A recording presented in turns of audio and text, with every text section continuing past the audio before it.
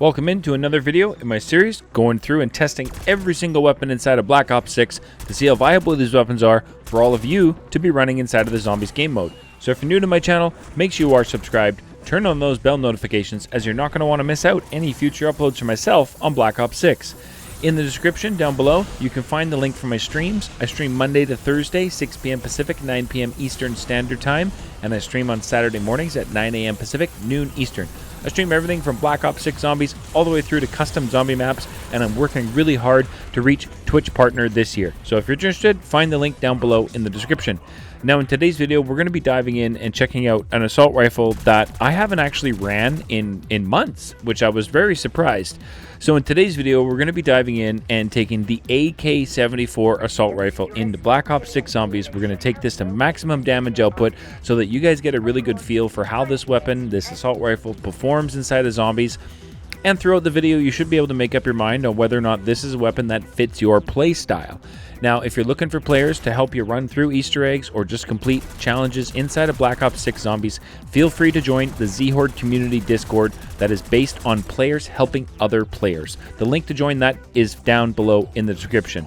As well, at the end of today's video, I'm also going to be taking in this assault rifle to the Tombs boss fight, just specifically to see how it handles that Sentinel artifact and to see what kind of damage we're looking at when we're damaging that Sentinel artifact in the boss fight. Is it going to be usable? Can we use it to crack the elites? Stick through to the end of the video to find out. So without further ado, let's dive into the AK-74 assault rifle review video today.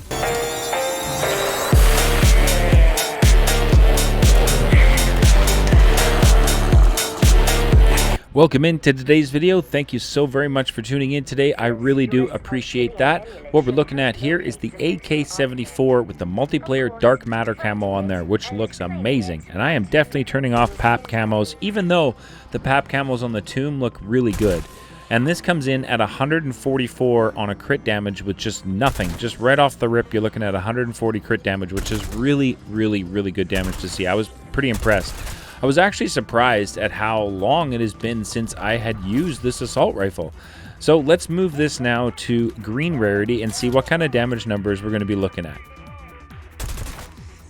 216 on a crit shot? That's definitely not bad for just taking it up one damage level with adding a green tool to it. So how does the, green tool damage handle zombies? Let's have a look.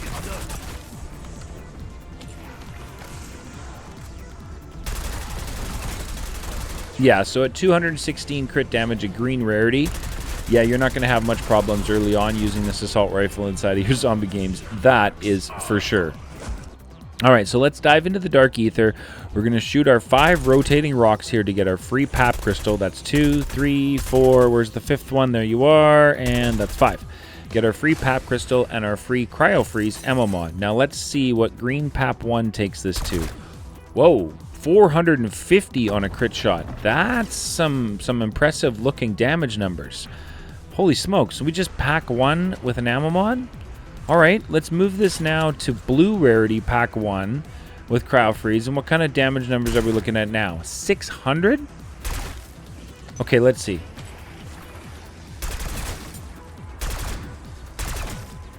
Yep, definitely looking like 600 is what you're looking at for crit damage at pack 1 blue rarity. Definitely some good damage here. Like this is, I mean, you're just one-shotting zombies here, no problem, which is awesome because you need to do a bunch of things for the Easter egg in the early rounds, and having something like this be able to dish out the damage is amazing. Don't forget to dig. I mentioned it yesterday. Today I got lucky again. I got quick revive out of a dig. I will take that all day. Absolutely amazing. So let's get some Easter egg stuff out of the way. We got to get our shock mimic taken out, which was a breeze. We got to get the monocool picked up so we can go over here and shoot our Roman numeral puzzle. So let's do Deadshot daiquiri side first, which is 1 through 10 with the Roman numerals. We're going to blast this, shoot all the numbers so that we can go ahead and complete this lockdown to get the head of the ice staff.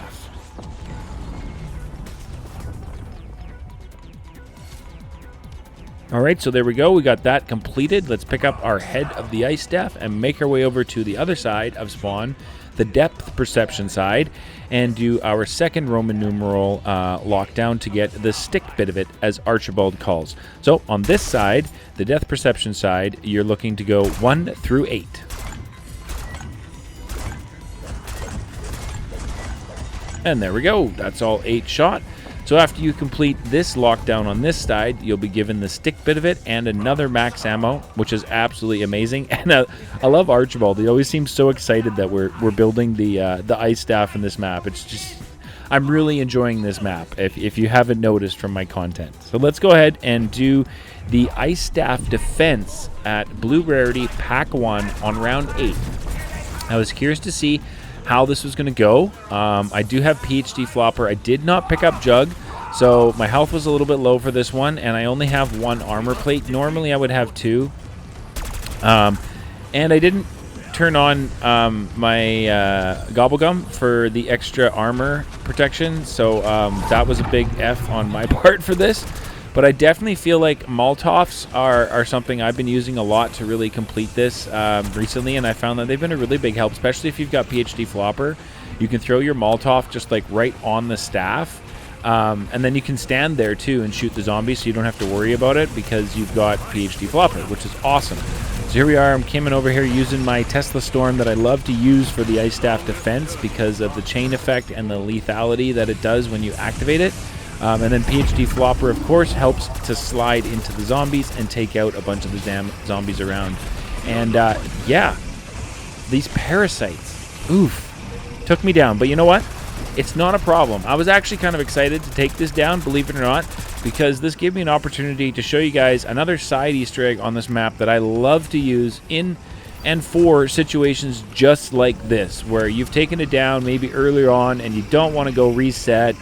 You know, it's just really annoying. You don't want to be doing that. So I finished off the ice staff defense right there. So what we're going to do is we're going to show you there is 10 pots that you can shoot throughout the map in any order, and once you shoot the final 10th pot, it'll spawn in a self-revive and a light mend ammo mod for you. So there's one here down by quick revive. There's another one in the roof hole above the red portal right up here. You can see it right there. And then there's another one just to the left of the roof of the red portal right there. Then there's another one just to the right of Stamina on the ceiling up there. So we're going to shoot that one. There's 3 in spawn. This one here is right beside the death perception poster on the opposite side on the wall. These are going to be the 3 in spawn. One there, and there's another one over here above the blue portal into the dark ether, just on the left-hand side of the roof. You can see it right there. And then if you come into the Deadshot daiquiri side, in behind this mystery box location, you can find one right there. And then the last one is going to be inside this room right here, up on one of the roof edges. You can see it right there.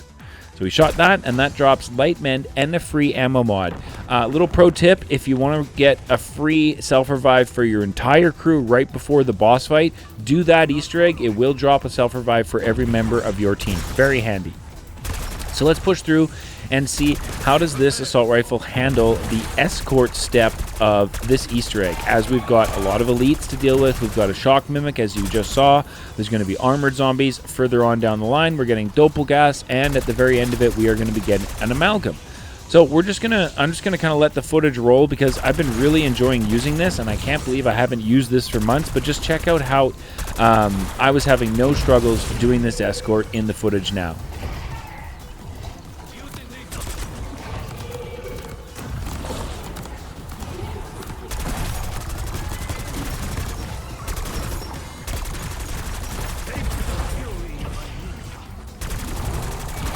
I mean, just took out 2 doppelgas there without much of a problem at all.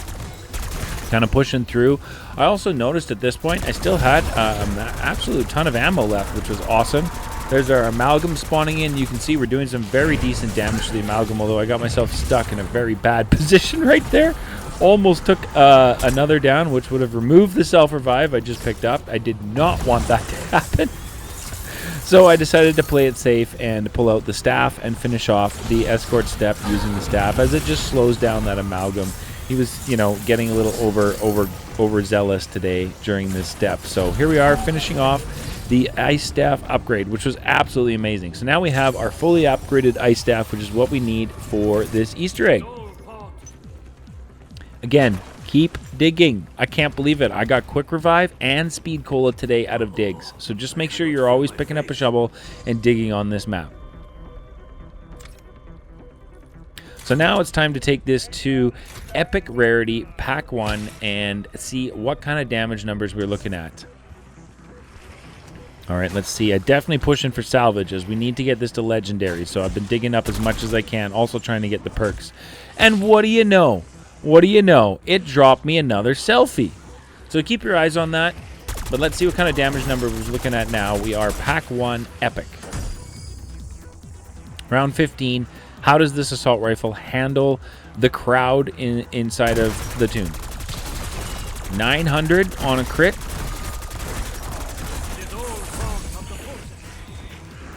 I'll just squeeze by you all there. No problemo. And we got a double points. We need to take advantage of this. Okay. Let's see if we can't clear out the rest of round 15 with double points, because we definitely want to be getting that large increase in essence. Let's see.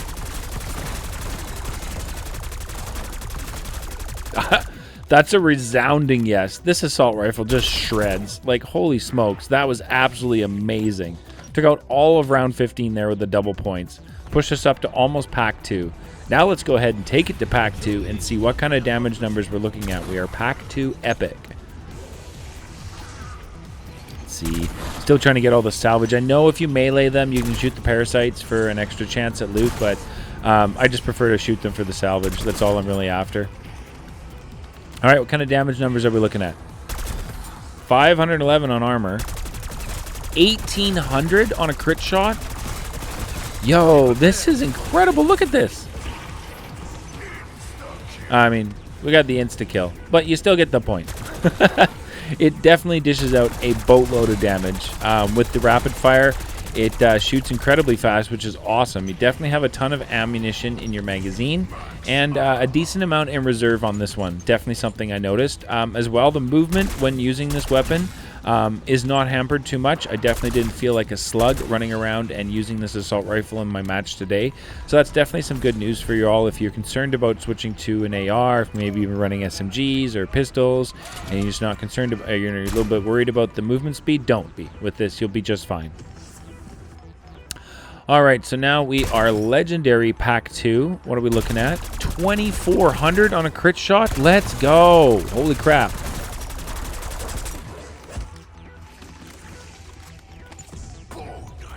Yeah, no problems at all.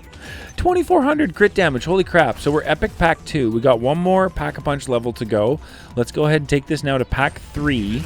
Maximum damage, and let's see how this handles some zombies. Got another double points here that I want to take advantage of. What are we looking at? 405, 800 something, 960. What are we getting for crits? I don't think I got a crit in there. Let's see. 4,800, 4,800 on a crit. That is remarkable. Using my decoy to pile up the zombies here so I can collect the essence as quickly as possible under this double points. Definitely needed to do that. I wanted to push through. I need a bunch of essence still to grab the rest of my perks before we dive into the boss fight and see how this assault rifle handles that Sentinel artifact. So we still need some more essence. All right, we got all the essence we need. Let's go and visit the Wonder Fizz machine inside of the Dark Ether, grab all the perks we need, and head off to the Tombs boss fight and see how does this AK-74 handle the Sentinel artifact. Now I'm intrigued to see, after our first damage phase, what kind of damage are we going to be able to do during the second phase. Let me know in the comment section at this point right now if you think with this AK-74 on the second stage here of the first half of the boss fight, we're going to be able to crack 2 and skip a step. So here we are. This is our first damage phase about to start. Let's see how it does.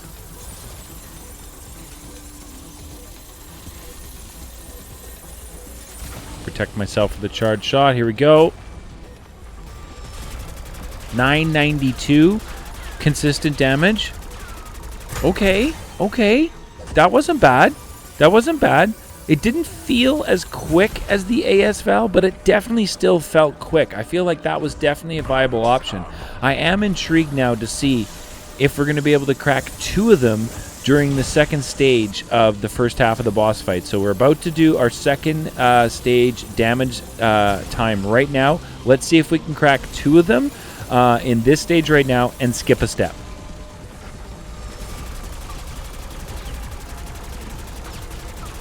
Okay, that's 1. Can we get the second one? Gotta get the reload in. Come on. Oh, I don't know. Okay. Okay, yo, we got it. That's 2. So we cracked 2 during the second step of the first phase of the boss fight with this AK-74. And you're seeing 992 on the damage markers when we're shooting on the Sentinel artifact. And that was the first half of the boss fight right there. And I was feeling really confident with this assault rifle at this point, definitely. Like, that was fairly quick to take out the artifact, to dish out the damage. So I was feeling pretty good. We brought in monkey bombs today, which was something I don't usually run, but we picked them up for free, so I figured, why the heck not? And we used them there to hold all the zombies. We dropped a charge shot on them, which took out the Doppelgast, and then our first elite here, the zombie, he didn't even make it into me like that, which was amazing. And then I was able to crack this Sentinel artifact incredibly fast. That made me feel really good using this in the second half of the boss fight. And yeah, do not switch to Aether Shroud at this stage of the boss fight. I completely forgot to do that.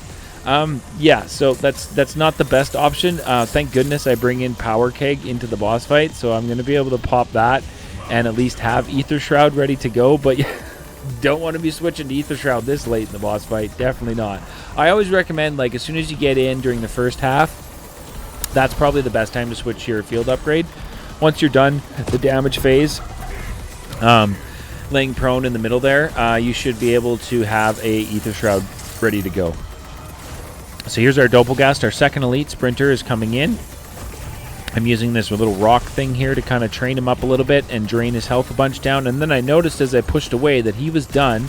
So I pushed back and wondered, am I even going to be able to crack this in time? Yes.